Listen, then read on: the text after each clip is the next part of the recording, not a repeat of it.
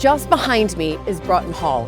It's been home to the Tempest family for over 900 years, and it sits on the edge of the gorgeous Yorkshire Dales.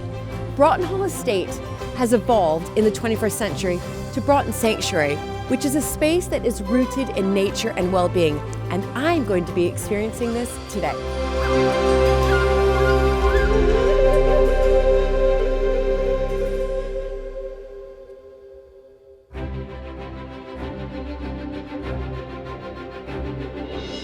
When I married into the British Aristocracy, it was the start of a wonderfully exciting journey. But for an American girl from a small town outside Chicago, that was also a little daunting. I live with my husband Luke, the Earl of Sandwich, and our family at Mapperton House in Dorset. Living in a place like this is a joy, but also a challenge. And every day we're aware that we're preserving a very special part of Britain's heritage.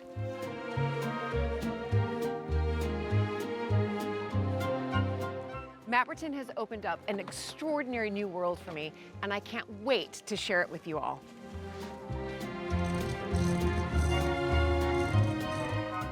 So if you love castles and manors and stately homes as much as I do, please join this American Countess as I journey into the British countryside in search of some of Britain's finest historic houses.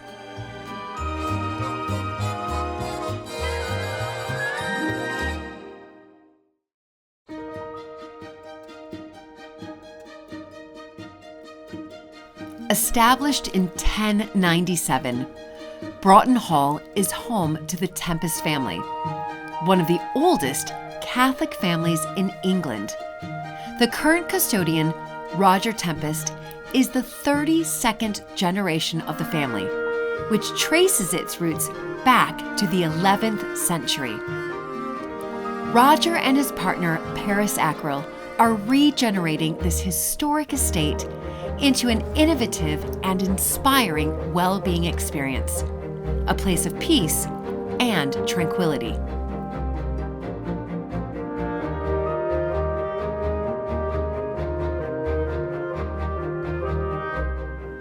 Hello! Hi, Julie! Oh my gosh. Welcome. It is so wonderful to be here. Welcome to hello. Bronze. Wow. Nice to see you.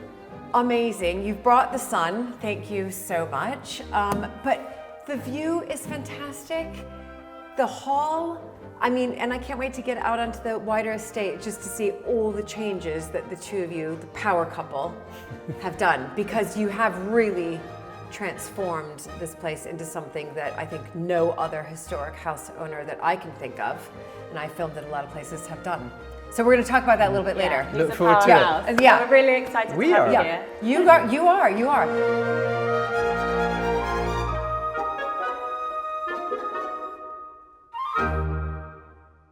As many of you know, I spend my days at some of the most breathtaking castles and stately homes, and I take you guys behind the scenes, uncovering like history and artistry and these untold stories of these magnificent estates. But I've got to be honest, filming all day can be quite demanding, and with these long hours on camera, preparing my skin is just as important as preparing my research. And that's why before I step in front of the lens, I always start my day with FAQ 202 by Foreo. It's a new generation of LED masks that lifts, firms, and refreshes my skin so I can feel radiant and camera ready, whether I'm like inside a dimly lit Tudor manor or out in the crisp country air.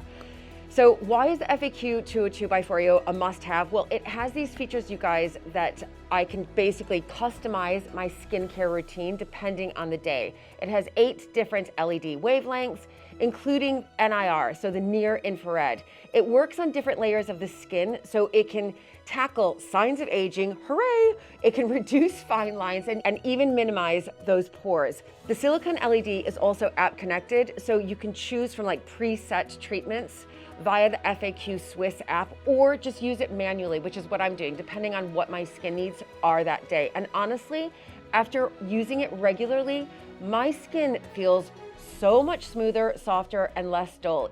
And because I'm constantly on the go, I love how quick and effective it is. And it's like a spa treatment in the palm of my hand. Bonus, you guys, to lock in the hydration before I head out to film, I love using the UFO 3 by Foreo, which delivers, here we go, instant spa-like hydration in just 2 minutes. I mean, I'm all about Foreo right here. So since my exclusive discount applies like site-wide, you can stack your savings, you guys, on this Foreo must-have as well. So get this exclusive offer. If you want to try the FAQ 202 by Foreo and other skincare essentials, now is the perfect time. Head to the link in my description down below and use my code AmericanV30 for 30% off all Foreo products, including the items that are already on sale. The discount stacks on top of any ongoing promotions, so don't miss out on this opportunity, you guys. It's been amazing for my skin.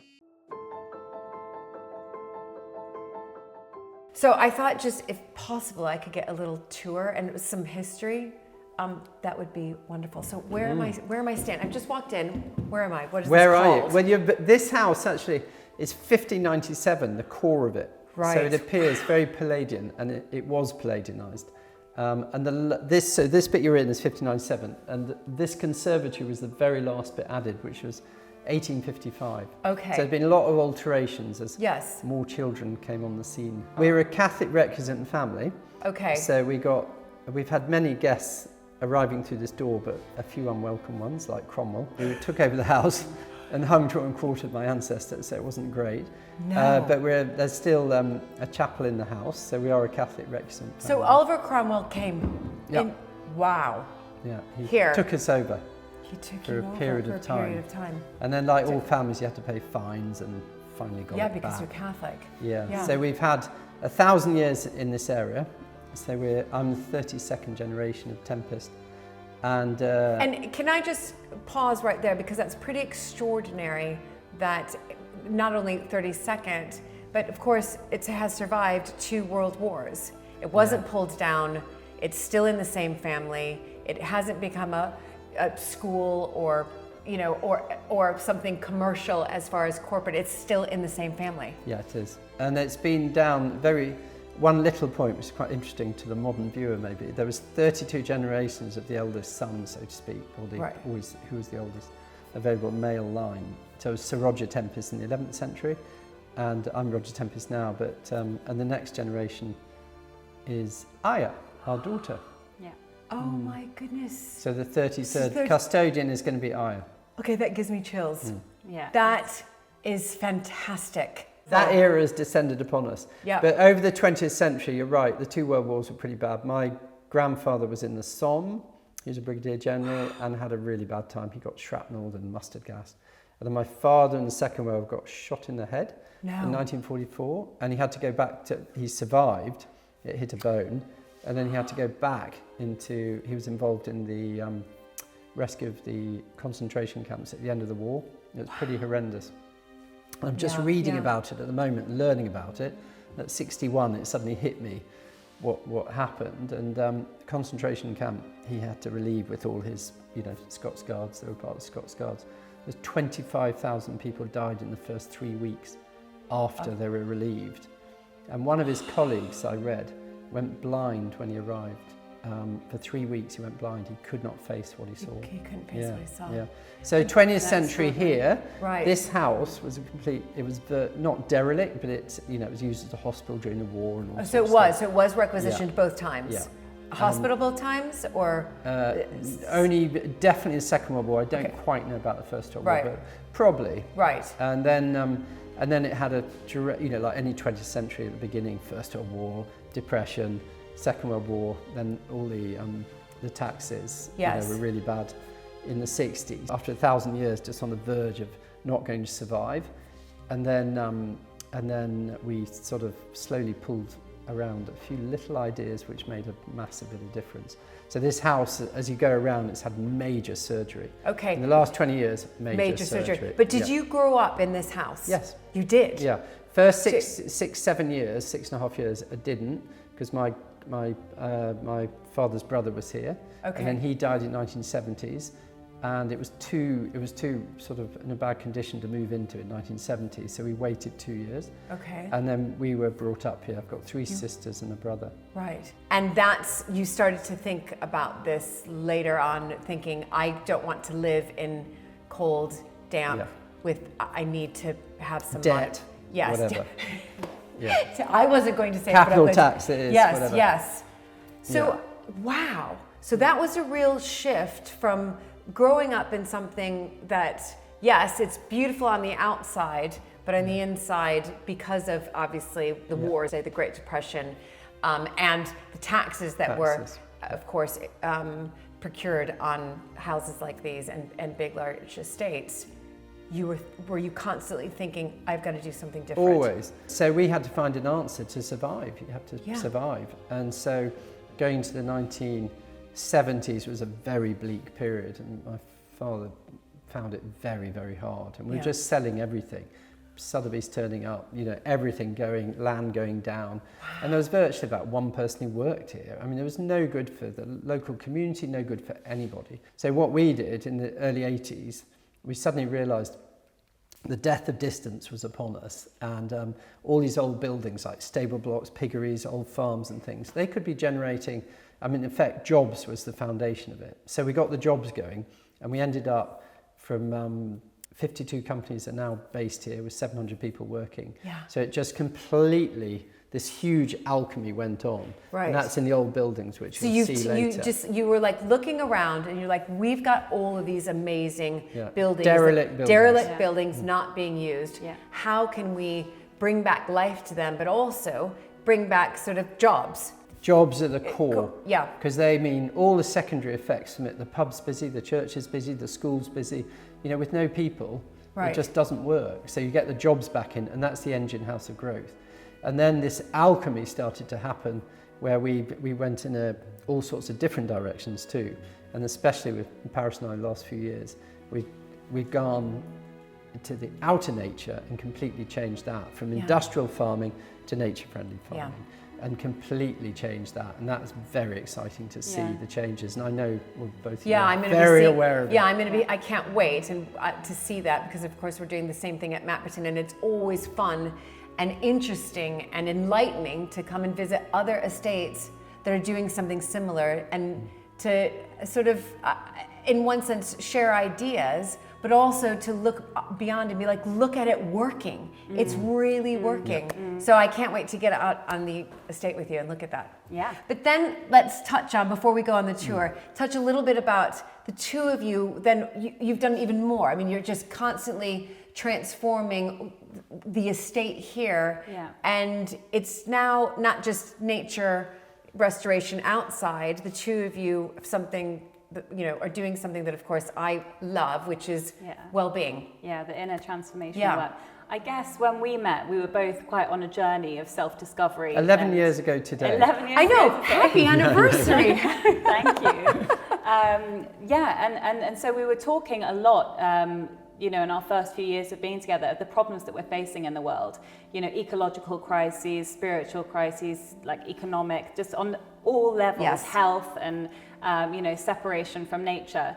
And so there was this sort of gradual evolution that started happening, and these sort of like rumbles that started happening sort of within us and on the estate. And we've sort of become this place, we want to be this sort of island of refuge where people can come to discover themselves really, and discover, our interconnectedness with nature, and to find solutions to the problems that we're facing individually and collectively. So that's really what we're about, a place for people to go on these journeys of discovery. It's incredible. And you host huge retreats here. Yeah, and then from small to big, but huge, but constantly. How many retreats? When I say retreats, it's not just yoga retreats. It can be mindfulness, it can be a meditation, it can be deep psychotherapeutic work. Exactly. We're really interested in, actually really making an impact, creating change in people's lives. Yeah. So they can break cycles, break free from things that are holding them back, releasing trauma, all sorts of different things. And a very eclectic place. So you can which is great. Yeah. And giving them the space to do it. Yeah. And they love it. This 50 area. retreats a year. 50 retreats a year. It's so you might have Path of Love, Hoffman Process, some of the regular, you'll know a lot of them. And people go through, so many people are living half-lived lives, and they're struggling. A lot of people are struggling. And here, this place, we're dedicating it to this sort of house of transformation. Yeah. And so you've got this big alchemy change from what this place was and what it is now. Yeah. And it's actually very exciting on the ground, because suddenly it can be this great force for good without any doubt, and it's sort of contributing this wonderful social output. So the house is used every day. Yeah, we do films here like All Creatures Great and Small and Gentleman Jack and all these sort of things. But we're also we'll get 50 people, sometimes up to 100 people staying all over. We have 20 retreat houses too.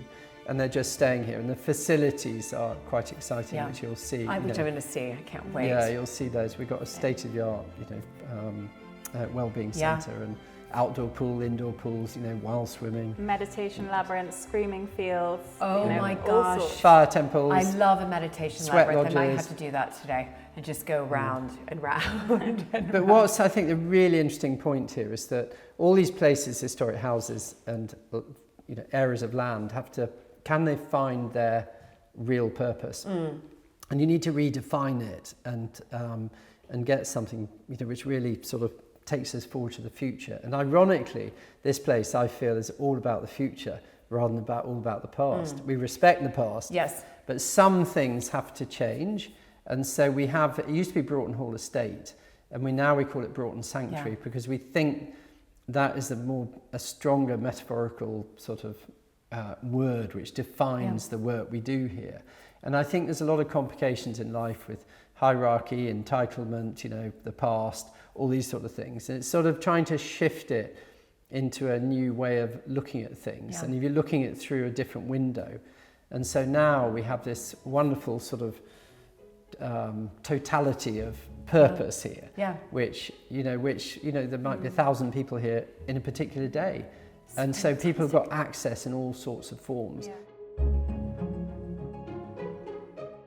Well, should we have, I'd love to see the tour of some of the rooms. And maybe they might bring back some, childhood memories for you. You might sort of mention what you did in that room. I've heard of did you ever roller skate here or anything? I've danced very badly. Without a doubt. Brilliant.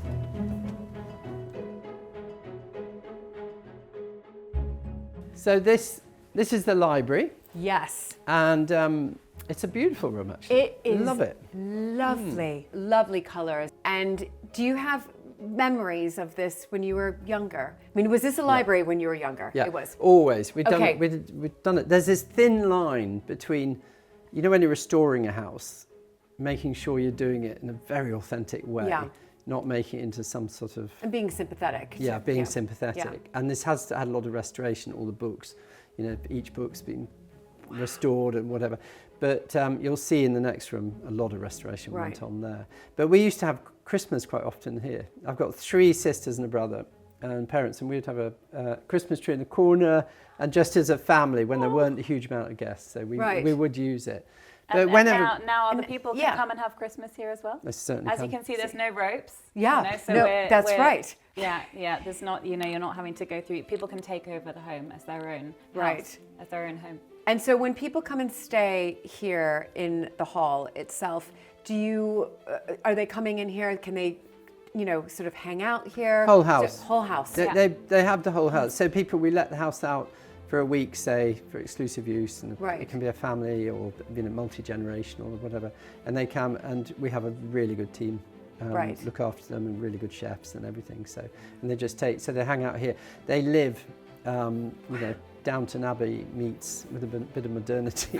We have Wi-Fi and flushing loos and hot water. So 27 loos in the house now. Yeah, but then they can go do sort of a nature walk. They can meditate. They can do some yoga. They can do wild swimming. I mean. Yeah. Who would ever want to leave? Now, I do want to focus in because I love looking around at, these wonderful, amazing, historic rooms, but furniture. I always am interested, especially in library. Do you have any fun pieces? Yeah, well, we do actually. One of the things with the furniture in this house, there's about 100 years of Gillow in this house. So Gillow was a really sort of Premier League furniture guy. And he was a Catholic family, and we were a Catholic family. Lancashire, very near. We're in Yorkshire, but slightly different. Right, but near, yeah. But so, for example, this piece, we found the other day. Actually, I don't know. This is a backgammon thing. Yes, and then amazing. 1803. It was 14 guineas in 1803, and we've got the original invoice for that. No. So, but you just put that back in there. Look, it just sits. Look at that. It sits in there. But you could even play your backgammon in there. 221 years later. 200, incredible. And then you've got. over here, there's one book here which is this is my great-great-grandfather's book, and we got the original invoice. Where's his name? It's somewhere here.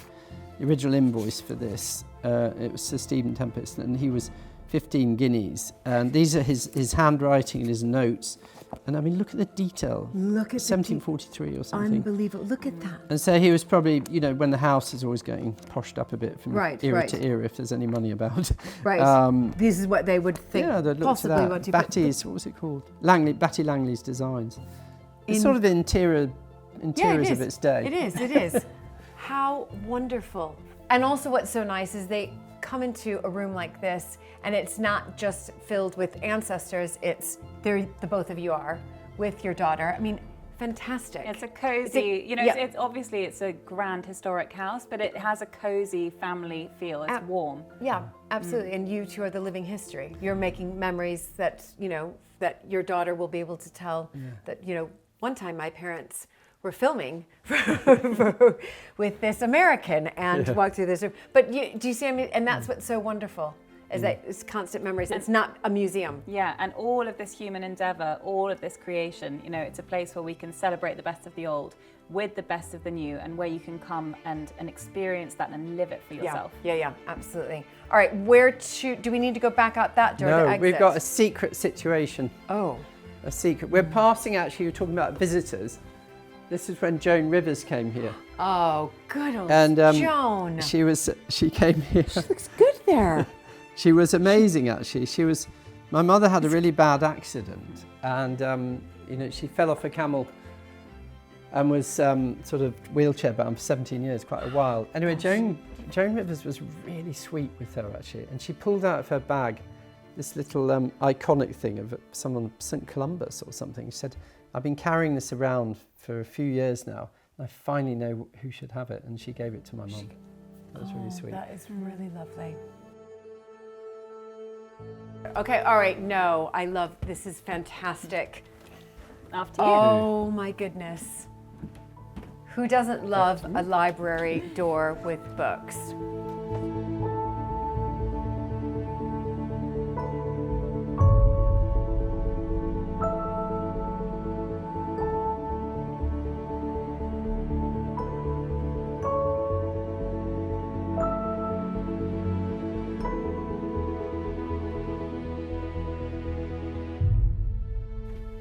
Oh my goodness, it's beautiful.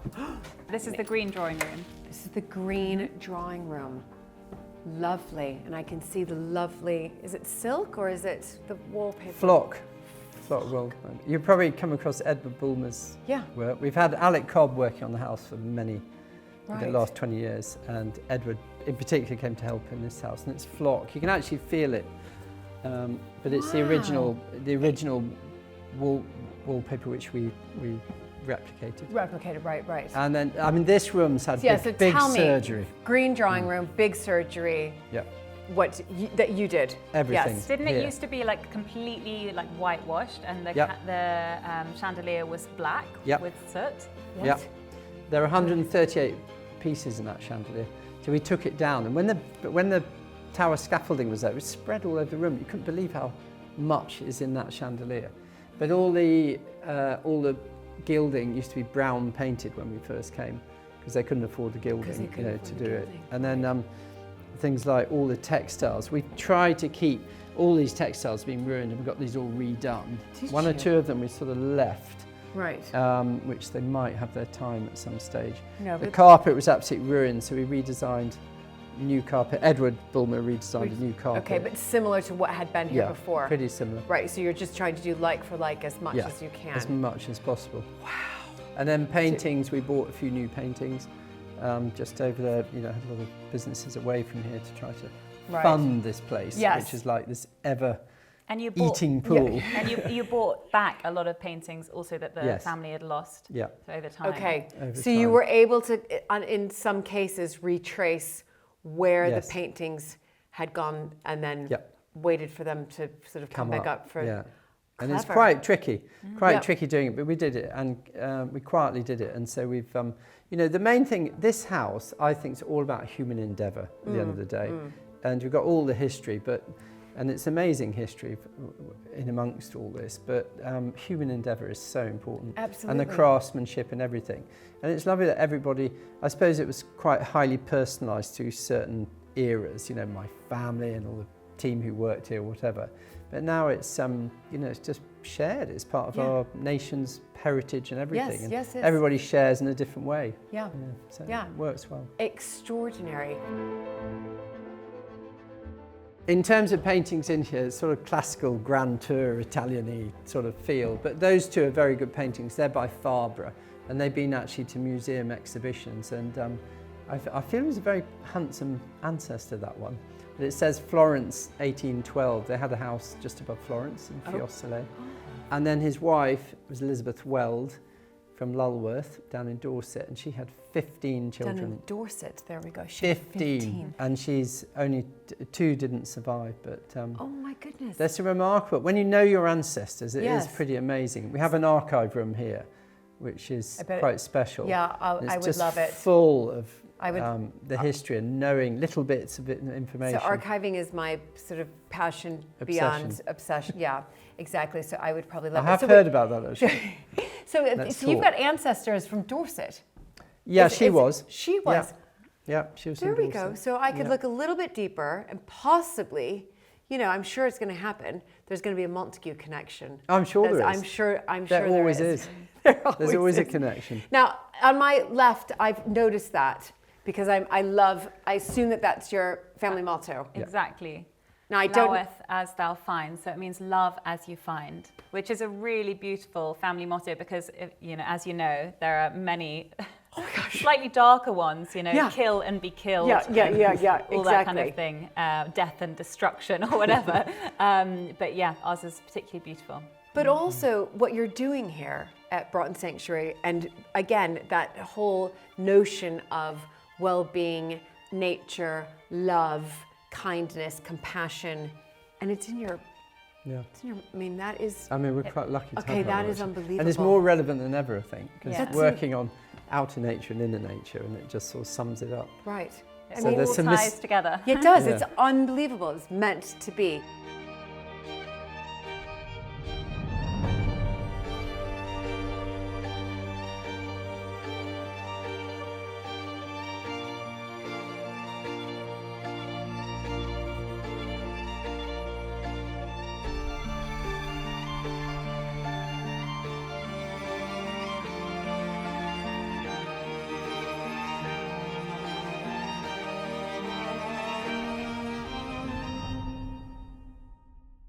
Okay, next room. I'm looking for an exit. Is there a secret door? Yep, there is. No secret door here, Well, but that kind of looks- it is quite a nice entrance, this one. I quite like doing this. Yeah. Okay. This is into the Oh, red drawing room.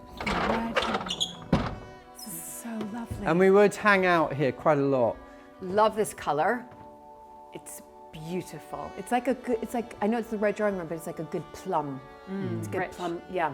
Really, really rich. Okay, room. Give me a memory growing up. This was a very social room.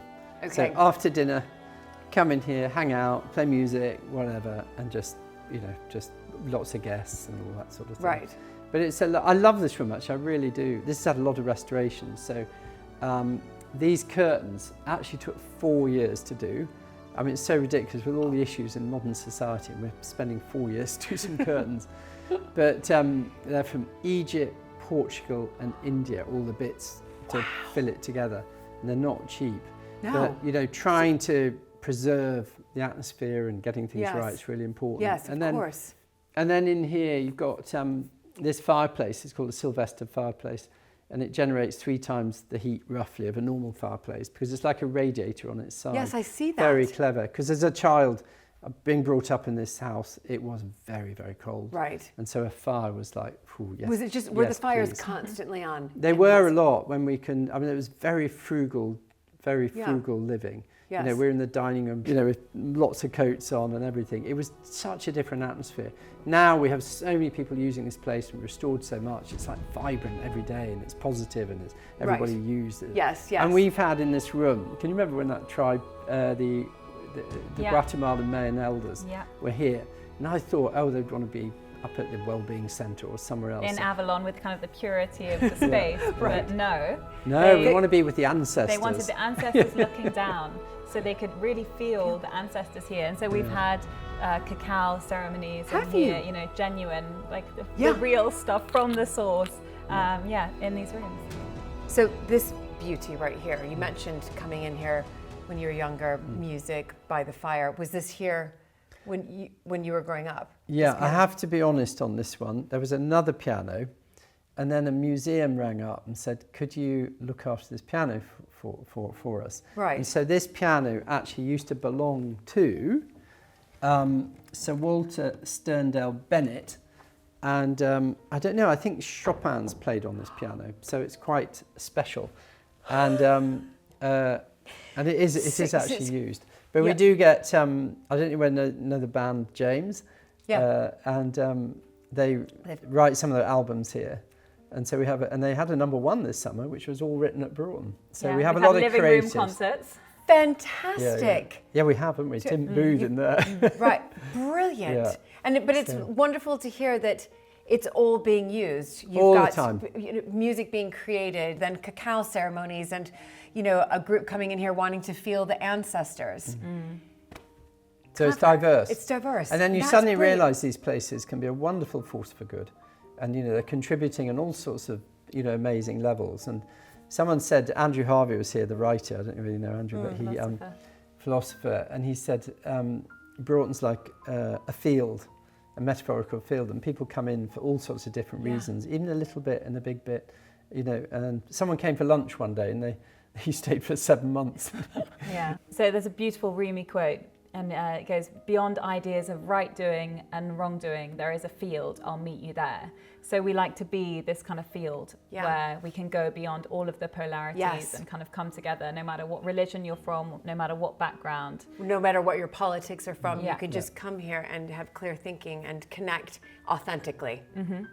You sort of rise above all the polarizations is one of our precepts, probably. And it's a lovely place to be. No, it is. I can feel it already. But the cacao ceremony, I love that. We always brilliant. We always say we're a place to connect within, to connect in community, and to connect to nature.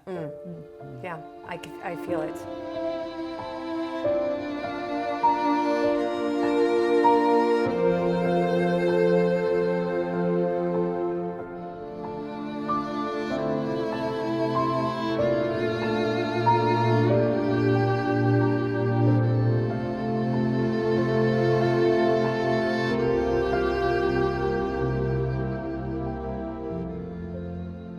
All right, where to next? Billiard room. Billiard room. Oh, I love the sound of that.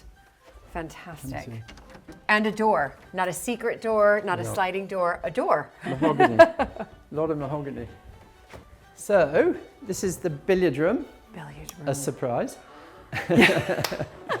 Every historic house has a billiard room. Yes, they do. People like using it actually when they come and stay. Was this a billiard room when you were younger? Yeah.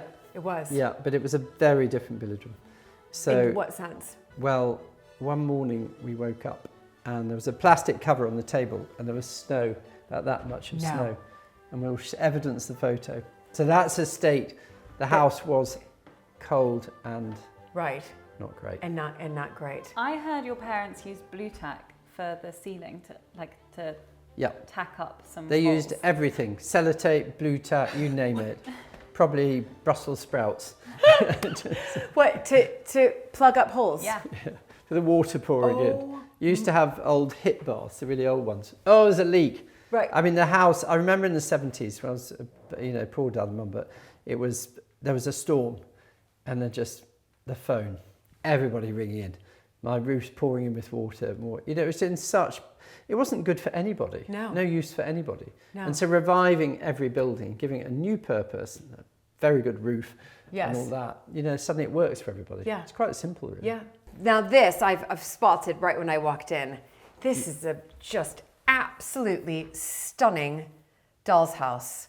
Stunning. Yeah, this is my grandfather made this. So he was in the First World War in the Somme, and he was quite an interesting guy. He used to bring plants back. He was in the Boer War. He was in the Boer War in the 1890s. Yeah. And he brought trees back from, he really loved trees, and he brought trees back from the First World War. But this was made out of old cigar boxes, and he got very badly injured in the First World War. So this is his recovery project.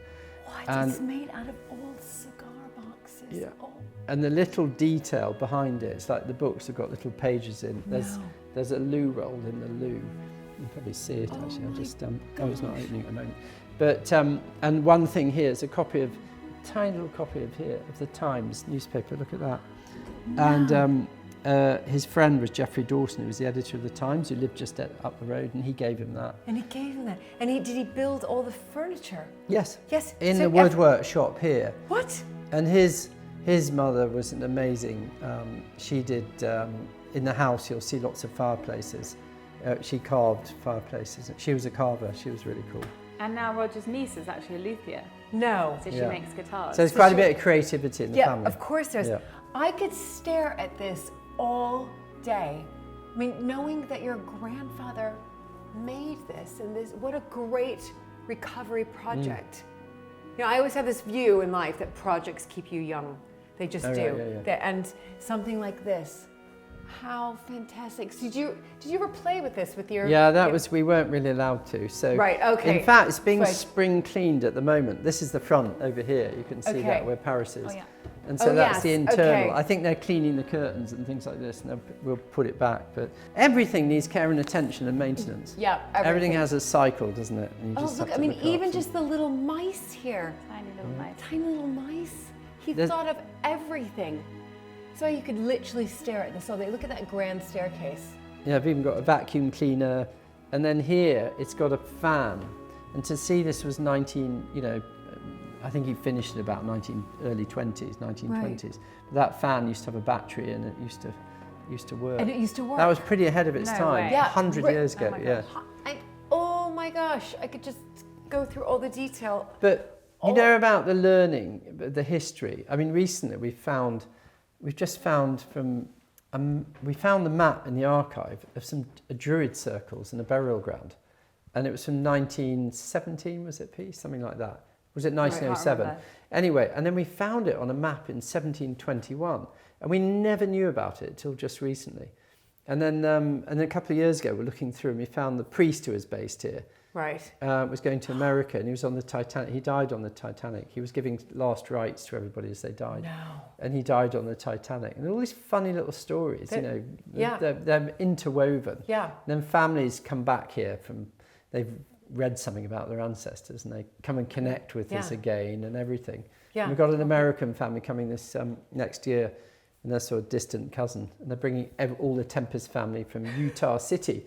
And ancestors that have lived here and had their ancestors who have lived and worked here a long time ago can then come and stay and experience bits of it, and amazing. There's tremendous connections. It is, That's the point. and also just think of the connections that you both are making as far as bringing in the wider community from those who live, in England or in the UK, but also internationally. All over the world. And think about the transformation that's happening within their lives. And they're going to be telling that story to their, grandchildren, children, and then them coming back and visiting and saying, oh, I need to come back and visit Broughton Sanctuary because this is where my grandfather really realized something or made a change in his life, and this was the place. So you guys are going to remember. That's a real privilege. For us, because privilege without responsibility is a very ugly thing. And for the privilege, the people who come here and their lives are turned around, or we sometimes get people, in Avalon, they come and they just break down in tears. Yeah, sometimes, of course. don't they? For the work, they suddenly get it. And this world's made up of millions of little worlds, isn't it? Yeah. And we're just one tiny little speck on the beach. But, if we all, I love that St. Francis thing, so we all give a bit more than we take. The world's a very different place. Yeah. And the world is quite in trouble, isn't it? In one sense. Yeah. And places like this really have their place. There's no embarrassment about it. I'm so proud of Broughton, all that we do, and, and that's the way it is. And it's great. It's brilliant. So well done to you both. It's absolutely brilliant what you both have achieved. Well, it's a huge team effort. Yeah, Hundreds of people. All the creativity, all the daily kind of slog and work that people have put in. It's well, I can't wait to get out there and see the nature recovery, rewilding project, the wild well-being, and of course, Avalon. Yeah. Did I get it all? Tick, tick, tick. You certainly did. Tick, tick, tick.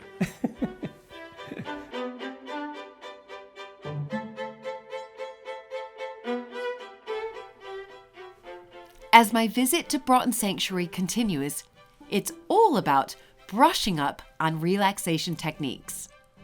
Hello. I was going to give you a bit of a scratch. Come on. There we go. Is that nice? Yeah. There. The other two haven't even bothered to come, have they? Here They we must go. be quite happy. Oh, yeah. Nice scratch. Yeah. And stepping inside a room like no other. So this is where my great grandmother, she did a lot of carvings. And, Yes, you and this mentioned. is all her equipment. So you can see What? all her equipment. So she would carve fireplaces, all sorts. She was really good, actually. Oh my and we're going to see goodness. one of her fireplaces later.